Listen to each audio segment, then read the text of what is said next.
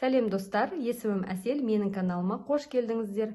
Бүгін біз сіздермен крючокпен тоқудың келесі шартты белгісі болып саналатын столбик без накида тоқып үйренетін боламыз.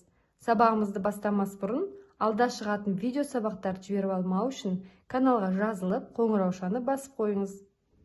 Сабағымызды бастаймыз.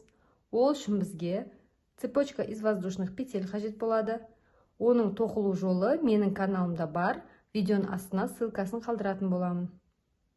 Осы цепочкаға петля для подъема жасаймыз. Ол дегеніміз бір воздушная петля.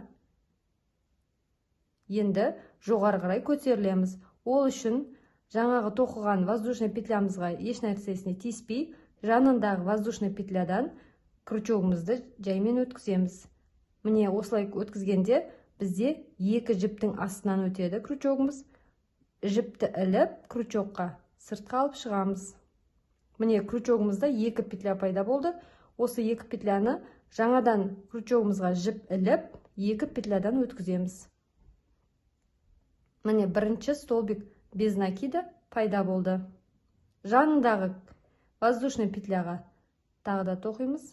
Міне екі жіптен өткізіп, көріп тұрғандарыңыздай крючогымызға жіпті іліп аламыз. Енді крючокта екі жіп петля пайда болды. Осыдан жаңадан крючокқа жіп іліп, екі петлядан шығарамыз. Міне екінші столбик без накида пайда болды. Осылайша жанындағы воздушный петляға крючогымызды өткізіп, міне екі жіптің астыңғы жағынан өтті. Жіпті крючокқа іліп шығарамыз. Осы екі петлядан жаңадан жіп іліп, екі петлядан өткізіп шығарамыз. Міне бізде столбик без накида пайда болып жатыр. Жанындағы воздушный петляға тағы да крючогымызды өткізіп, жіпті іліп, сыртқа алып шығамыз. Жіпті іліп, екі петлядан шығарамыз. Тағы да көрсетемін. Воздушный петляның екі жібінің аст жағынан, міне екі жіптің астынан крючокпен енгізіп, жіпті іліп, алып шығамын. Екі петля пайда болды. Осы екі петлядан жіпті шығарамын. Міне осылайша қатардың соңына дейін тоқимыз.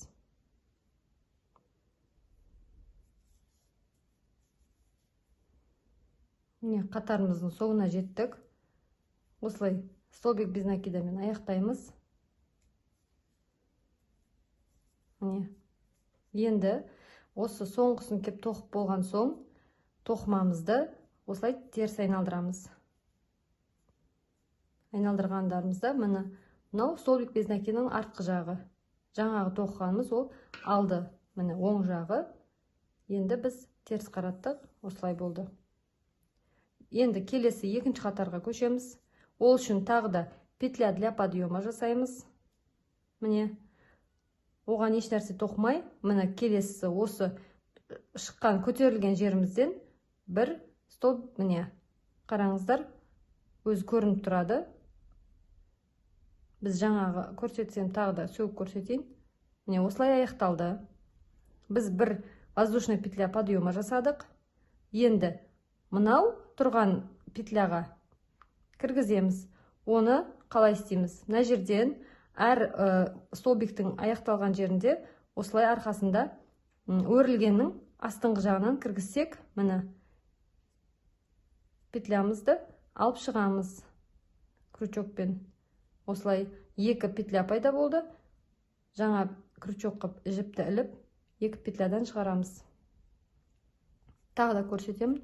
Міне сіздерге түсінікті болу үшін жаңағы тоқылған столбик без накиданың енгізгенде осы жағынан кіреді. Міне келесі былай кіреді. Сіздерге өте түсінікті деп ойлаймын. Сұрақтарыңыз болса комментарийға қоя беріңіздер. Сіздерге бар мүмкіндігінше жауап беремін. Міне келесісін бастаймыз. Столбик без накида, жіпті іліп алып шығамыз. Екі петля болды. Екеуінен жаңа жіпті шығарамыз. Тағы да қасындағы столбикқа кіргіздік. Міне біз жіпті алып шығамыз крючокпен. Жаңа жіпті екі петлядан шығарамыз. Осылайша. Міне. Осылайша қатардың соңына дейін тоқимыз.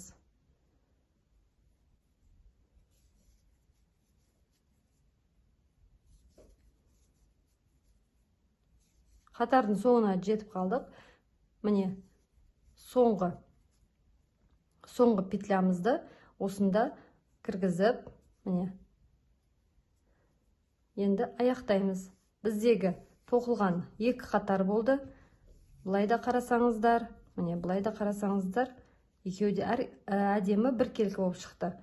Айта кететін жағдай, екі шеті тоқыманың, мінекей, бірдей болып шығады. Ровный болу үшін, екі жақтары, осылай әрқашан бір немен жүру керек, придерживаться етіп. Санын көбейтіп жібермеу керек. Әр қайсының өзінің орны болады. Сол орындарына кіргізу керек петлялардың. Артық ештеңке қосылмайды, алынбайды. Басында қалай 20 петля болса, соңында да осылай 20 петлямен аяқталады. Біздің бүгінгі үйренгеніміз столбик без накидан үйрендік.